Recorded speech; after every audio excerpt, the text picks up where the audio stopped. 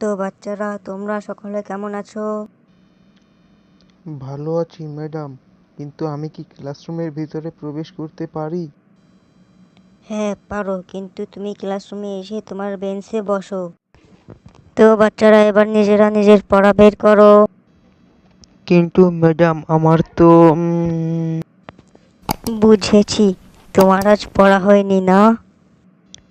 হ্যাঁ ম্যাডাম, আজকে আমার পড়া হয়নি এবং কালকের আমি কিছুই পড়িনি।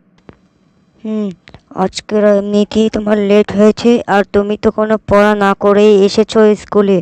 আজ তো তোমাকে মেরেই ফেলবো। এর পরের থেকে যেন স্কুলে পড়া করে আসা হয়। ঠিক আছে ম্যাডাম, আমি এর পরের থেকে স্কুলে সব পড়া করেই আসবো। তো বাচ্চারা, আজকে আর ক্লাস করানো হবে না। আজকের মতো ক্লাসের সময় শেষ। এর জন্য সব নষ্ট হয়ে গেল। এরপর থেকে ক্লাসে পড়া না করে আসলে সবাই আমাকে বলবে, আর একে উচিত শিক্ষা আমিই দেব।